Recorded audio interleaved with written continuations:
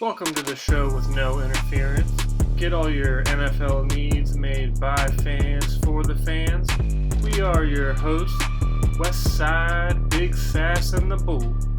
So here we go.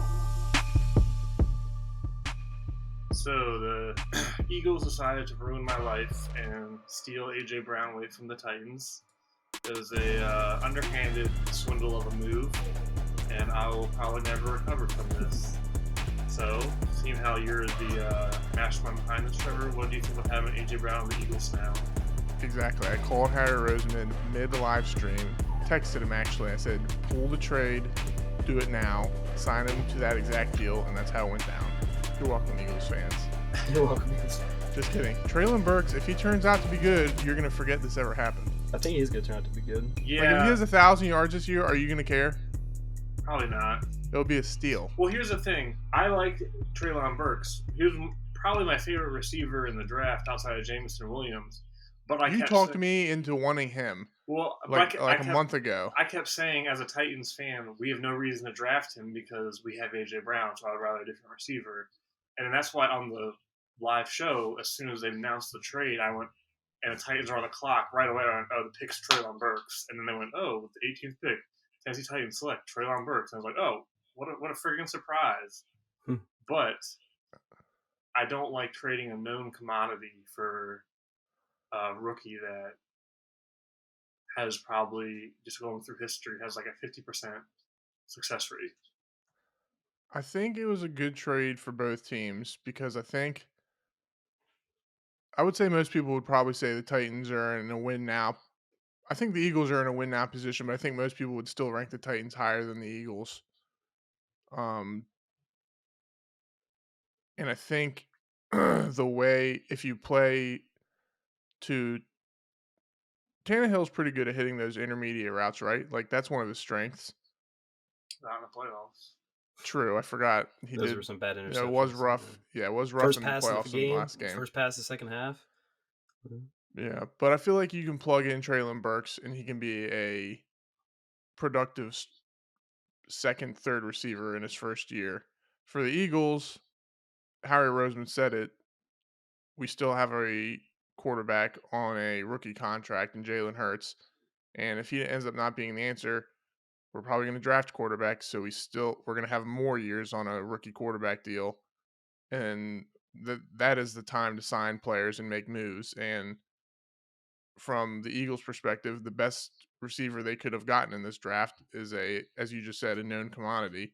So why not trade an extra pick we have for a player like A.J. Brown? And that's what they did.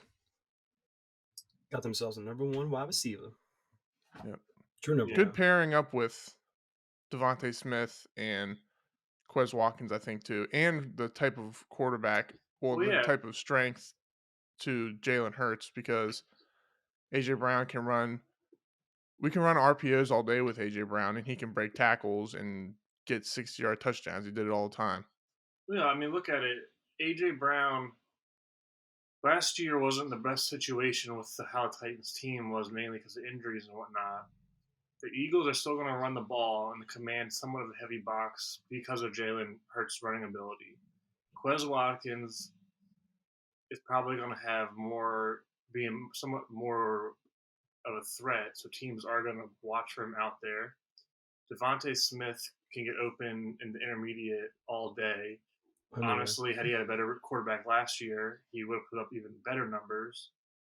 And if you just tell A.J. Brown, we're just going to have you run slants and drags off RPOs and play actions and then just beat up DBs all day, yeah, he could put up more so similar numbers to his rookie year when he was like the most efficient receiver the league had seen in quite some time.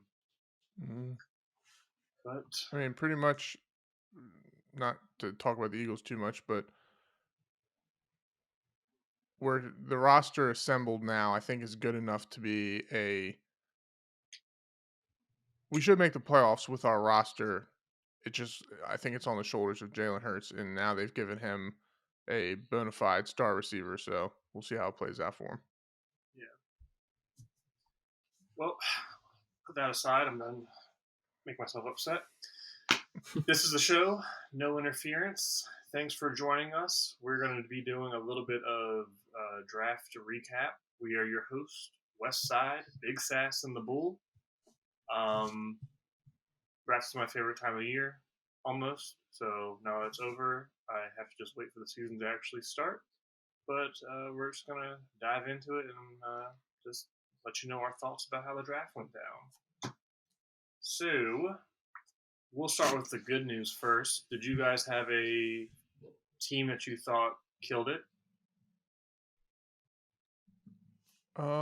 There were several teams that I thought had a good draft. I think it had to do with teams having a bunch of picks in the first round and there being a lot of depth in this draft. If I had to give you, did you say teams or picks? Teams.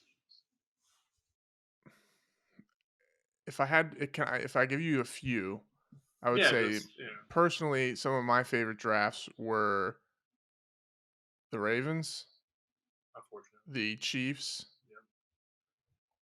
and I like the Falcons draft. Get out of my head, you bastard! Might as well just log off now. There were a few other teams I like the Jets, Giants, but they had high first round picks and stuff where they just got a bunch of talent, which I think was good. But those three teams, Chiefs, Ravens, Falcons, I thought drafted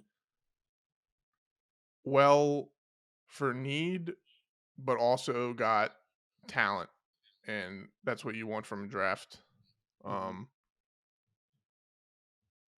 Do you guys think they also had good drafts? Yeah, for my best teams, I put the Ravens, Chiefs, Jets, and then I also included the Lions. However, I have the Lions up there. Yeah, the Lions are mainly just because I feel like they took what they had and they didn't, I guess, mess up. Mm-hmm. But if you look at the Lions, they got Aiden Hutchinson. A lot of people had him as the number one player, and they got him number two because the Jaguars bought in on the Trayvon Walker hype. Then they trade up, don't give up that much capital, and they get Jameson Williams. So he'll be ready to go. Probably by next year, he's going to be the number one receiver. Mm-hmm. Then they get Josh Paschal out of Kentucky, who will be their other bookend opposite, well, not bookend, just other edge opposite Aiden Hutchinson. So I think that there were just our first three picks were really good. But like you said, Ravens in all likely scenarios by next year got 5 starters. The Chiefs traded up for Trent McDuffie and they need DBs. Then they just sit at the back of the first round and get George Karlaftis. And then they wait in the second round and they still get Sky Moore, who Sky Moore fell way farther than I thought he would. Yeah, a lot of people say he would be the first round pick, and I get it. He's a little undersized, and he came from a weaker conference.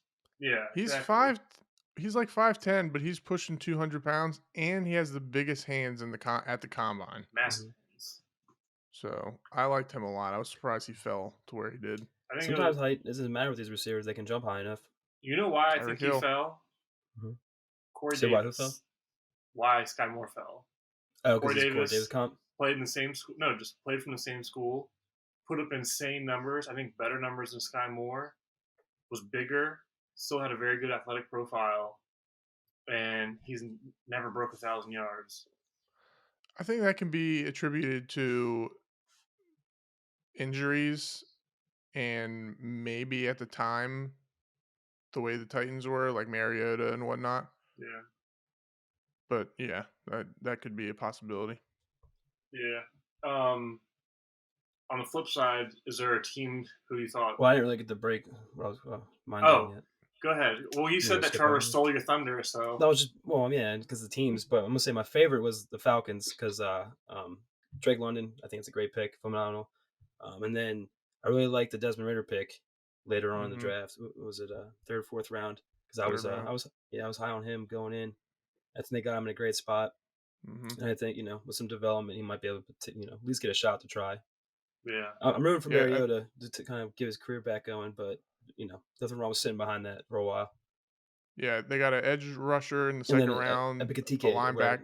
Arnold. Yeah, an ball linebacker in second round, which both of those are positions of need. They lost I can never remember his name.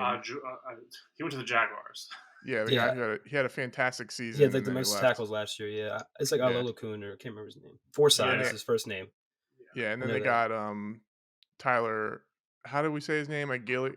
Algier. Algier. Yeah, Algier. out of BYU in the 5th round, Mhm, which I'm exactly. pretty sure we all agreed that we liked him when we were going over running back prospects.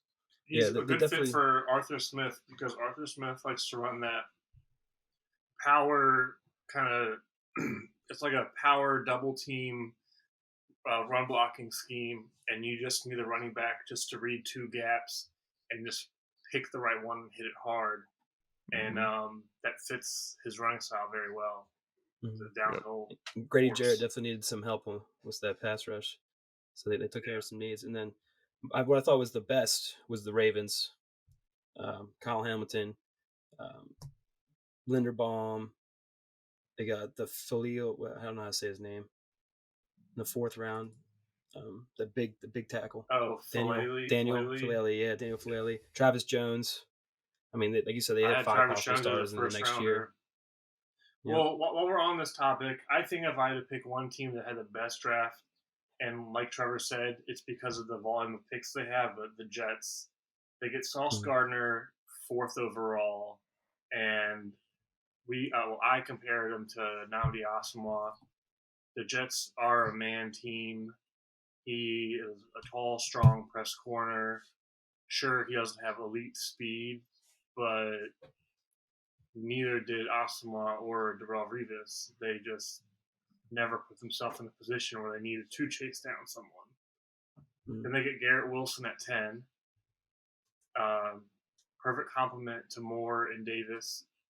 He could very well be their number 1 receiving threat.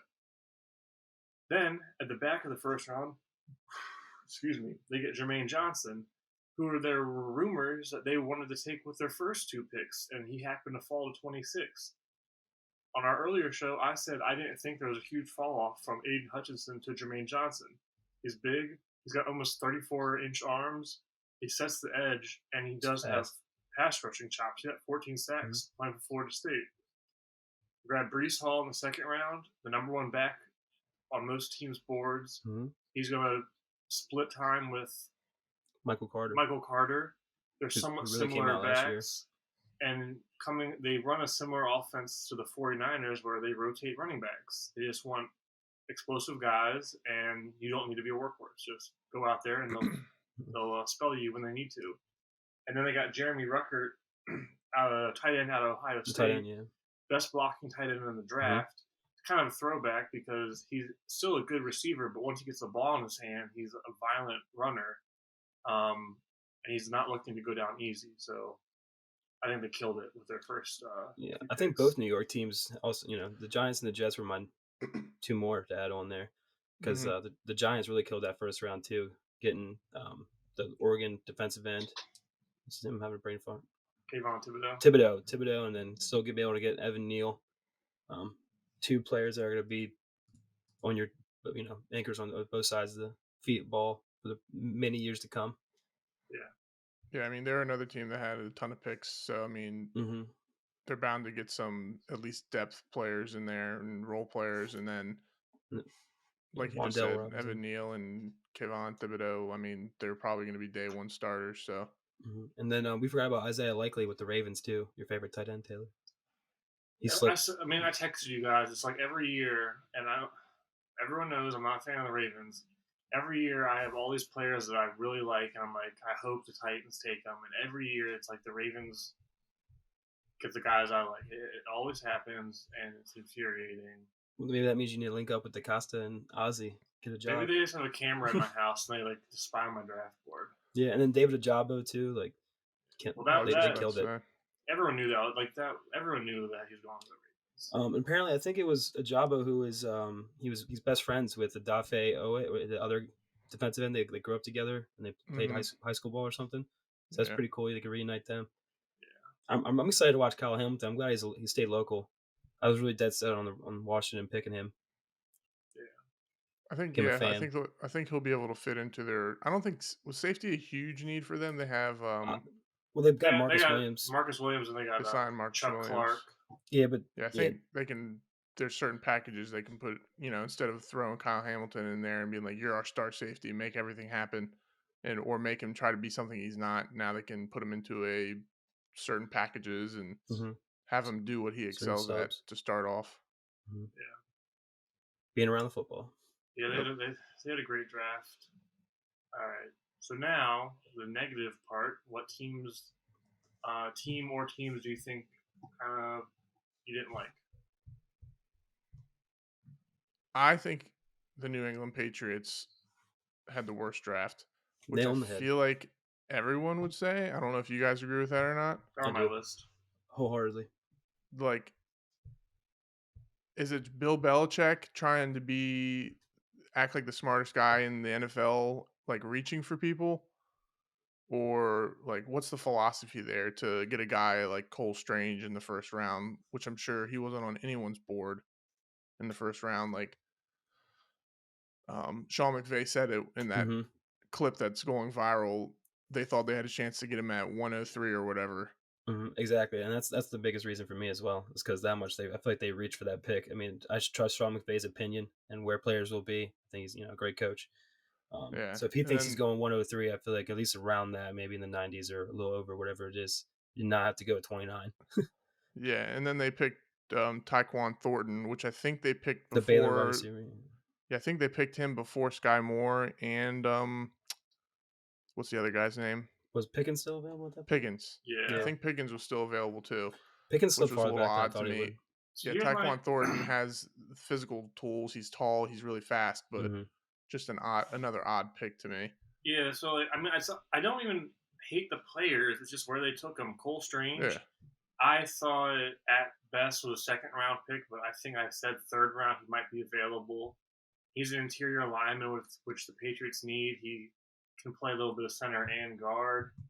Not a bad player. I think he'll succeed in the NFL, but they could have easily got him in the second round. I don't know why you reach on there. And their whole draft thing was all about value to me. Like, then why I Taekwon say they had a poor Thornton, draft. he's 6'2" and change. I think he ran he ran like a 4.2. I think he ran a 4.28. Yeah, 4.28. But he's not the most polished receiver. He doesn't have a route tree. He is really twitchy, really fast. But again, I think he had a fourth round grade on him. They took him in the second round.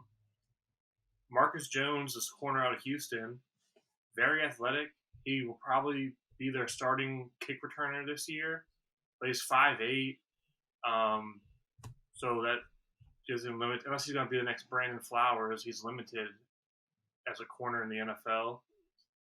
I do like Pierre Strong in the fourth round. He's a pass-catching running back out of South Dakota State. And then they go and they took Bailey Zappi in the fourth round. And I don't like him. He is a noodle arm to the point where I don't think he can play in the NFL. Like, would you have rather seen Carson Strong go there and then Bailey Zappi go undrafted? Right? I would have rather they were for sure going to take Carson Strong. I would have rather seen Sam Howell with that pick. Yeah, that's why I loved how he slipped back. I really do think Howell's going to be might be our quarterback of the future if he can sit there and learn everything he needs, all the nuances and stuff he needs for the NFL. I know we're talking about least favorite drafts, but since we're talking about Sam Howell and stuff, is exactly what we were saying the whole time. I feel like all the quarterbacks, I mean, Kenny Pickett went in the first round, but it was later in the first round. I feel like most of the quarterback picks were great picks because they were way better value than where they were viewed before the draft, which must have been media hoopla. Like, obviously none of these teams had them that high on their board, or they just, the way the board fell, changed their minds. But I think it worked out well for them. Less pressure, can play behind other starters now. So I think that ended up our fears did not come true. Only one quarterback taken in the first round. Well, I mean, I didn't like Sam Howell coming into the draft, but I think getting drafted later on a team that like Washington, who has Carson Wentz, who may not be the star he used to be, but he could have a comeback year, and he has at least before played at MVP level, so he can teach a young player how to play. Exactly. So, yeah. Carson Wentz doesn't have any excuses this year. We got a decent O-line. We got weapons on both sides. You know, we got wide receivers, running backs. We got it all. They just got to get it done on the field. Yep. I will say, and it pains me to say it, I was not a fan of the Commanders draft. This is what it is. We talked. And I can forgive you. Here's my reasons. And no knife in my back like it is for the Titans and Eagles. Here's my reason. They took Jahan Dotson, who I think he's a solid receiver, but he's smaller. He has short arms. I said he reminds me of Jason Avant with a little more get up. And it's not like I hate the player. It's just at 14, I thought that was a little rich for 16. 16. Yeah, no, I definitely agree. I had a second round, talent. Early second round for him, if anything. And late first. I feel like he is very similar to Curtis Samuel in a way. I would prefer a better. I don't know.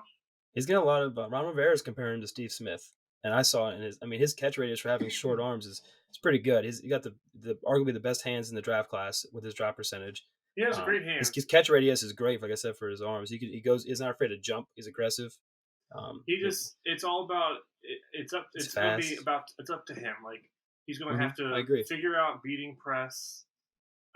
He's gonna have to maybe put on. I mean, he's 178 pounds. I would like him to put on a little more weight. But then we go to the second round for Darion Mathis. I think he's a very high floor player. He's an Alabama defensive tackle. He's going to defend the run very well. He can be a two gapper for Washington, especially if they decide to not re-sign Jonathan Allen. My complaint is Travis Jones was on the board, and I liked him a lot. I definitely agree with that. But like I wasn't. What's his name again for Darion? Yeah, Darion Mathis. Yeah, so Mathis. I ended up looking up his highlights. I sent you all that one Instagram. His college highlight reel is absurd, honestly. Yeah. I didn't realize. I wish I just saw him beforehand. I didn't even realize. Like, he is a record, but it's also college offensive lineman. Like he's Alabama strong, which is above college grade for the most part. I like him. I think he's going to be a very good run defender. He's going to help your linebackers out. He's just going to go into rotation with and it doesn't automatically mean either Deron Payne is going to go, but that's the word because they didn't pick up his option. Oh yeah, it's Deron. I mean, you guys still have a ton of talent on your D line, and maybe that was a reach, but I think he's at least technique wise ready enough to plug in, play, run, stopper. He can start now for sure. After losing Ioannidis and Settle, it's like it's just that back end rotation. It does help you rotate. Again, my thing is just I like Travis Jones better. No, I definitely agree. I think it would have been awesome to get Travis Jones, but going to the third round pick, Brian Robinson. I don't hate Brian Robertson. He's a power back, and that's what we needed was a power back. But my problem is Dameon Pierce was still on the board, and I like him better. The only thing I could think of, this is my problem. You guys have Antonio Gibson, and then what's his name? J.D. McKissick. So, if Brian Robinson comes in, he's your power back, early down back, and McKissick, you paid him, so I assume he's going to be your receiving back still. Where does that leave AG? Not a big contract, but he's like $6-7 million a year. I mean, the line, short yardage. Well, that's big boy. But that's what Brian Robinson's specialty is. That's what I said. Sorry, I should have said that. So I'm saying, I think Antonio Gibson is Washington's most explosive player, but I feel like now you wouldn't draft Brian Robinson in the third round if you don't plan on getting him the ball. Well, Antonio Gibson's explosive, but when it comes to, RJ, you can tell me if I'm wrong or not. I'm not going to say I watch a ton of Washington games, but it comes to, I mean, Brian Robinson, how tall is he? He's like 6'3". 6'2", 6'3". Yeah, he's a big boy. Not like weight-wise. He's no Derrick Henry, but yeah, I mean, but he should be able to run into the back of offensive linemen and push that's the his pile. game. I don't think Antonio Gibson has that size. Do you think this is sending a message to Antonio Gibson? I know he did fumble a lot last year. Well, it's that, and more also that he's been getting pretty injured as well. It's just the reliability, I think. Would you be adverse to Washington moving AG to a full-time receiver? No, but I would like them to use him. At least he can stay running back, but at least throw him out there Move sometimes, him in the slot. which is what they said they would do, but they really didn't do. Yeah, exactly. Throw him in the slot, be that Swiss Army knife that you talked about, because he was a receiver first. He's got hands. He can make Remember moves right after the catch. He's quick. Carson Wentz has had success throwing to running backs. Darren Sproles back in the day. Mm-hmm. Um, I'd love to see that, and then that's what J.D. McKissick does too. He's great with the hands, Colts. great on those swing routes. He's I it's kind of will like say, three of the same almost.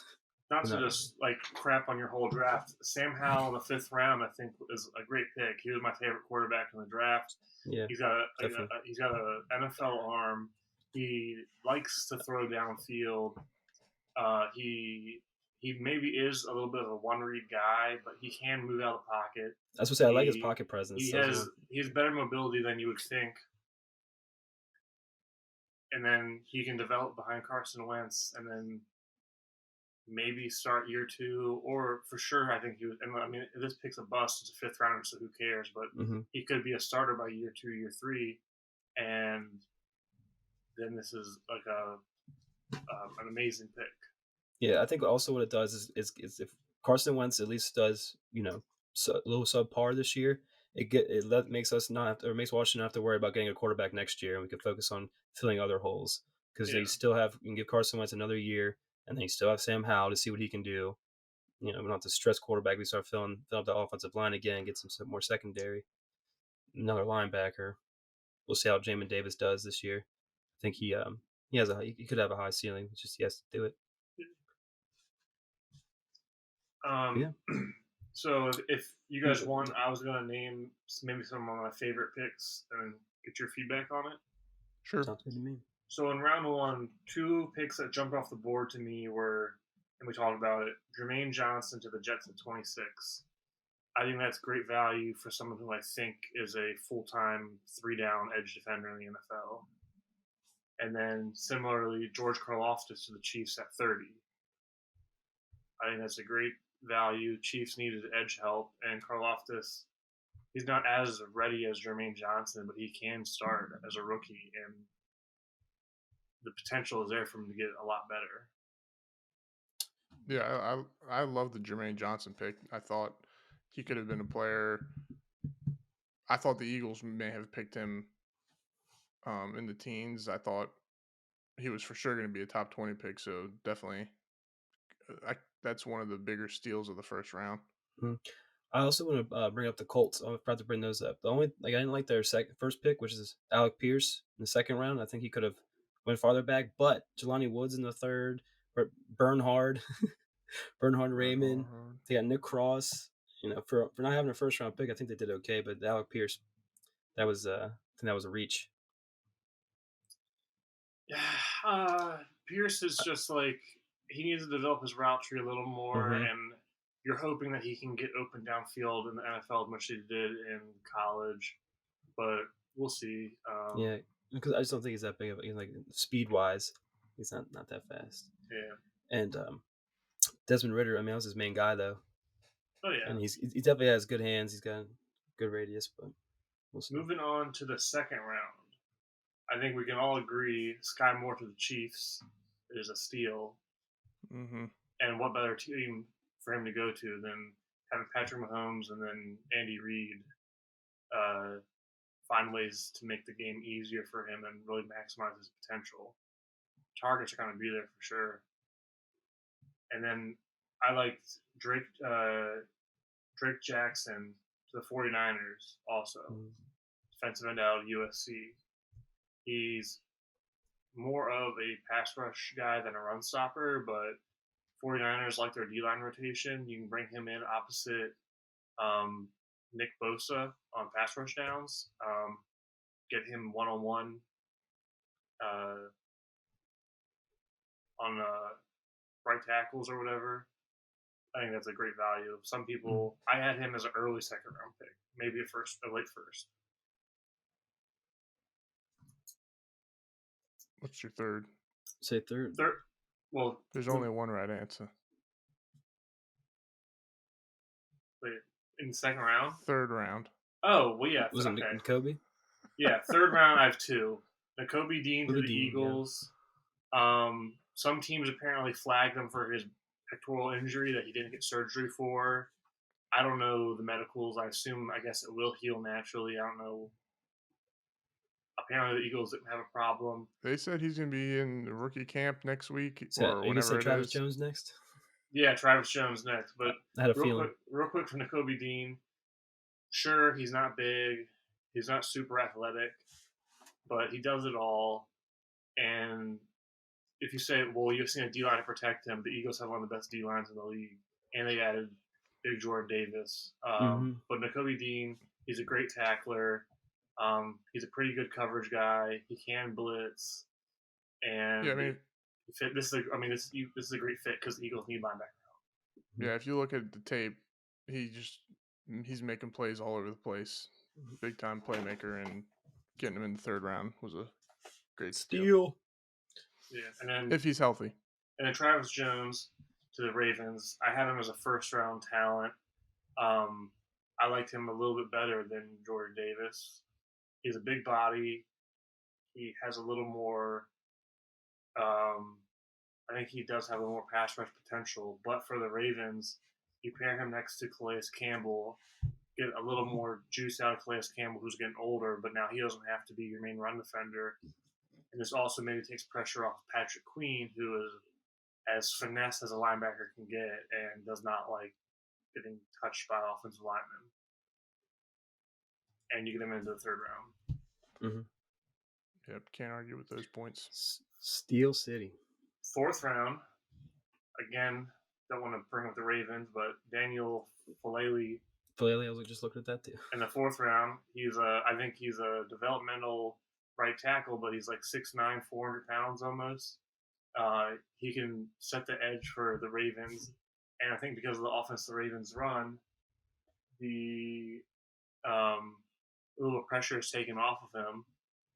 But if he develops, look at Orlando Brown. People thought he was just a big body that needed development, and now he's a Pro Bowler who the Chiefs are probably going to give a fat contract to. Other guy I like in the fourth round, Romeo Doubs to the Packers. He was one of my sleeper receivers. He was at Nevada with Carson Strong. He's not super fast, but he's fast. Got a pretty good frame. Needs some work on his route tree, but he's somewhat like we said with Alec Pierce. He in college just got always open downfield. If he can do it in the NFL, what better quarterback to be thrown to you than Aaron Rodgers?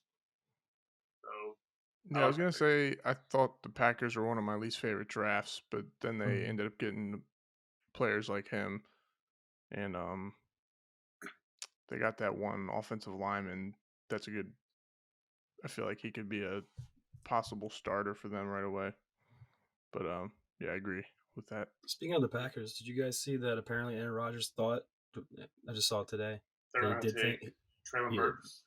Well, no, that it's about with Devontae Adams. He was going into that contract. Apparently, yeah. That was a quote I saw from I think it was Bleacher Report. So I was he thought they were going to keep Devontae Adams. Mm-hmm. Well, he signed the papers, so yeah. And then it's that's why I thought they were going to go first round, or not first round, but get a wide receiver way earlier. Should have traded up. Mm-hmm. It's a good pick. They need to go for him. Yeah, true. That's true. Round 5, Commanders getting Sam Howell. We've already talked about it. Great value. He has the tools to be a starter in the NFL. I compare him to Baker Mayfield. Just put aside some of the stuff that Browns have put him through. I think they're very comparable. He actually has a little bit better mobility. I thought he could have gone in round 2. Commanders getting around 5. That's great value. Agreed. And then a player, Trevor, that I know you like, Tariq Woolen, cornerback out of University of Texas, San Antonio, the Seahawks. He's 6'4", didn't he run like a 4.2, 4.3? Yeah, crazy speed. Yeah, he's an elite athlete. He's a 6'4" cornerback. Very, very raw, but he fits the style of corner that the Seahawks look for. Their defense has fallen off, but if anyone's going to get the potential out of him is going to be there. Yeah, I thought he could, just from his potential and athleticism and size, because there's not that many. He's like 6'4". Yeah. I don't think there's many corners out there that tall and that have his combination of. I feel like he's fluid and he's got the athleticism. I know he's not super polished, but I think he could have gone higher in the draft, and I was hoping the Eagles would snag him. Yeah, he's only playing corner for 2 years. That's pretty. He made strides better every year. It's pretty cool.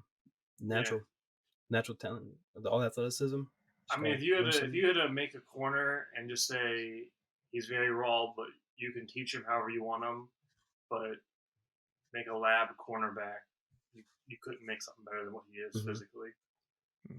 Round 6, there's only one player that popped off as a great pick for me, and that was Jamari Sawyer to the Chargers, offensive lineman out of Georgia. He played all over the place at Georgia. I think he played, they said, like at least 36 snaps every single offensive line position. Health is a little bit of a concern, but I think he is a starting guard opposite Zion Johnson for the Chargers. So the Chargers went and beefed up their entire offensive line to give him some more punch in the run game. I thought that was a great pick. Yeah, he only gave up 14 pressures and almost 800 career pass blocking snaps. So that right there, he's got the talent. Yeah. And then personally, in the 7th round, I don't think there was any pick that stood out to me. A lot of the 7th round picks are just flyers or local players that teams think they have a read on, but no one personally that I would point out. Fair enough. Where did that punter end up going? Bills, yeah. Just punt god. Yeah, punt god. I still don't like taking kickers in the draft. Yeah. No, hey, punters are people too. Yeah, you can get punters and kickers all over the place. It's true though. Yeah, he went to the Bills. It's not going to help him in overtime. Wasn't going to go there. Yeah, but yeah, that's most of our draft recap. Oh my god, what is this, amateur hour?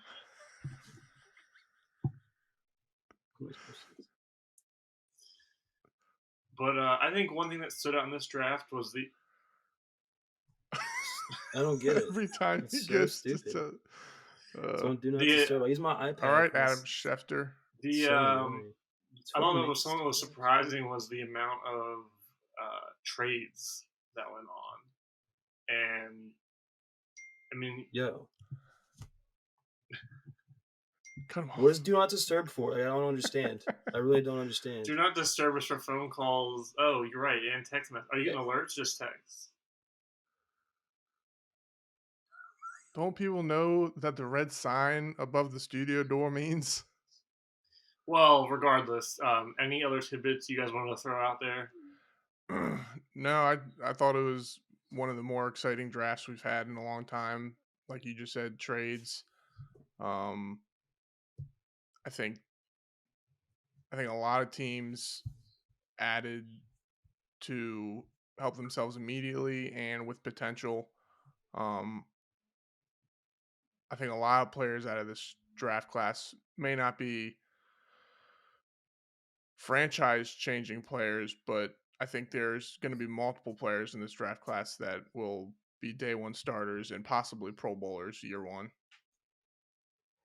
Bold claim. I think we'll have. I will say, you said bold claim before I was going to say my actual bold claim. I think there will be at least 5 first-year Pro Bowlers out of this draft. All right, hold you to it. I don't know what the record is. I'm sure it's like 1. All I know is Georgia's entire defense got drafted. So yeah, it's crazy. That just shows how talented they were and why they won the national championship. One last little thing, I did want to shout out. I was live tweeting the entire second round, so anyone that liked or commented on my post, I appreciate it because that was a lot of effort. Yeah, if you like or retweet any of our tweets again and don't follow us, we will ban you. Just kidding. Shout out to Westside for the quick player analysis. His fingers are bleeding. He won't show you them right now. I've got blisters on my fingers. Let the blower mouth graphic. Yeah. RJ, any parting thoughts? I was I was a little disappointed with my own team's draft, but overall it was a very exciting draft. A lot of good moves, a lot of trades, and it was a very eventful first round, to say the least. I'm a fan. It's one of the best times of the year for sure. Mm-hmm. Alrighty, so that does it for the show. That's the 2022 draft recap. Thanks for listening, tuning in. This is No Interference. If you enjoyed the video, like, share, subscribe. We're your host, Westside, Big Sass and the Bull. Thanks again for all of our listeners and followers. Getting closer to the start of the NFL season, so be tuned in. We'll bring you some nice content. Adios. See you later. Bing! Ding ding.